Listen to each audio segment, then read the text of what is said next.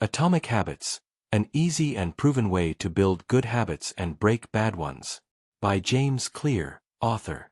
Summary: Atomic Habits is the definitive guide to breaking bad behaviors and adopting good ones in 4 steps, showing you how small, incremental, everyday routines compound into massive, positive change over time. One of the best keynote speeches I've seen is Seth Godin's presentation for his book Linchpin. On one of the slides, he shows a baseball bat flying into the stands, with people ducking away and raising their arms in terror. While Seth uses the picture to make a point about our irrational fears, in some rare cases, those fears come true. James Clear was one of those cases. When he was in high school, a loose bat smashed right into his face. Broken nose, dangerous brain swellings, dislocated eyes, fractures, his recovery took months. To get his own baseball career back on track, he had no choice but to rely on the power of small gains. In college, he slowly accumulated good habits and eventually managed to become one of 33 players for the All-American academic team. Wow! Today, he is one of the most popular habit researchers, reaching millions through his blog at jamesclear.com.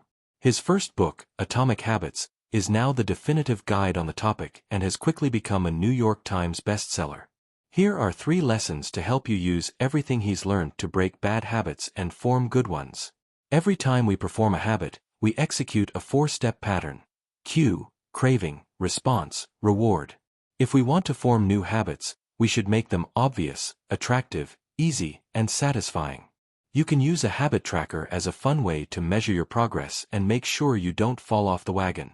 Let's see what it takes to form new habits by learning from a true habit master. Lesson 1. All habits are based on a 4-step pattern, which consists of cue, craving, response, and reward. In 1776, Adam Smith laid the foundation of modern economics in his magnum opus, The Wealth of Nations. One of his most famous observations is that, in a free market system, all workers naturally maximize their own society's welfare, even if merely acting in their own best interest. He is in this, as in many other cases, led by an invisible hand to promote an end which was no part of his intention. When it comes to habits, James suggests that environment is the invisible hand that shapes human behavior.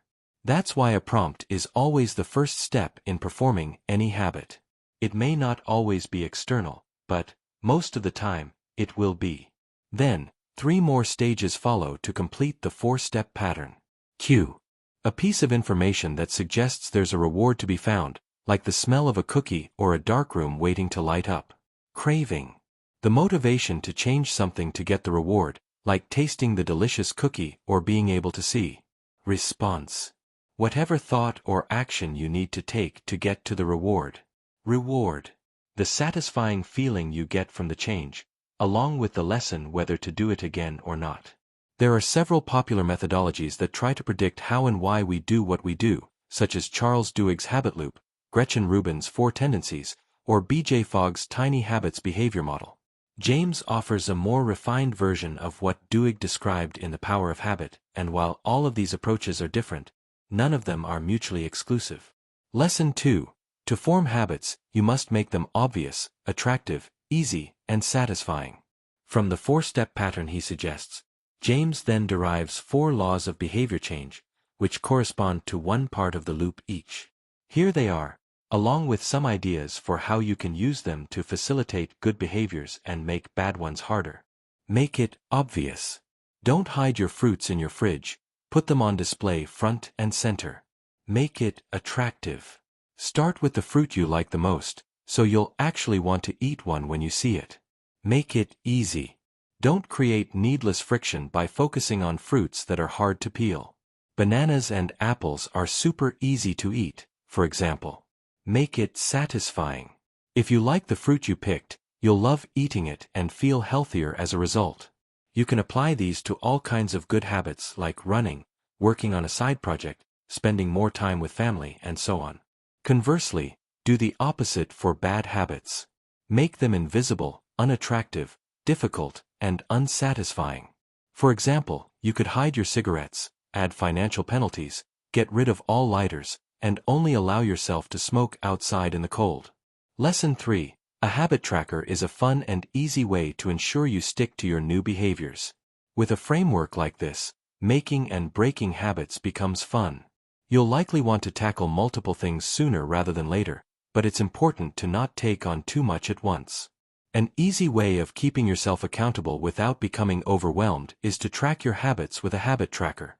The idea is simple. You keep a record of all the behaviors you want to establish or abandon, and, at the end of each day, you mark which ones you succeeded with. This record can be a single piece of paper, a journal, a calendar, or a digital tool, like an app. This strategy is based on what's sometimes called the Seinfeld productivity hack. Comedian Jerry Seinfeld apparently marked his calendar with a big X every day he came up with a joke. Soon, his goal was to not break the chain. It's a simple but effective strategy to help you build good habits. And since habits are the compound interest of self-improvement, that's a process we should all start today.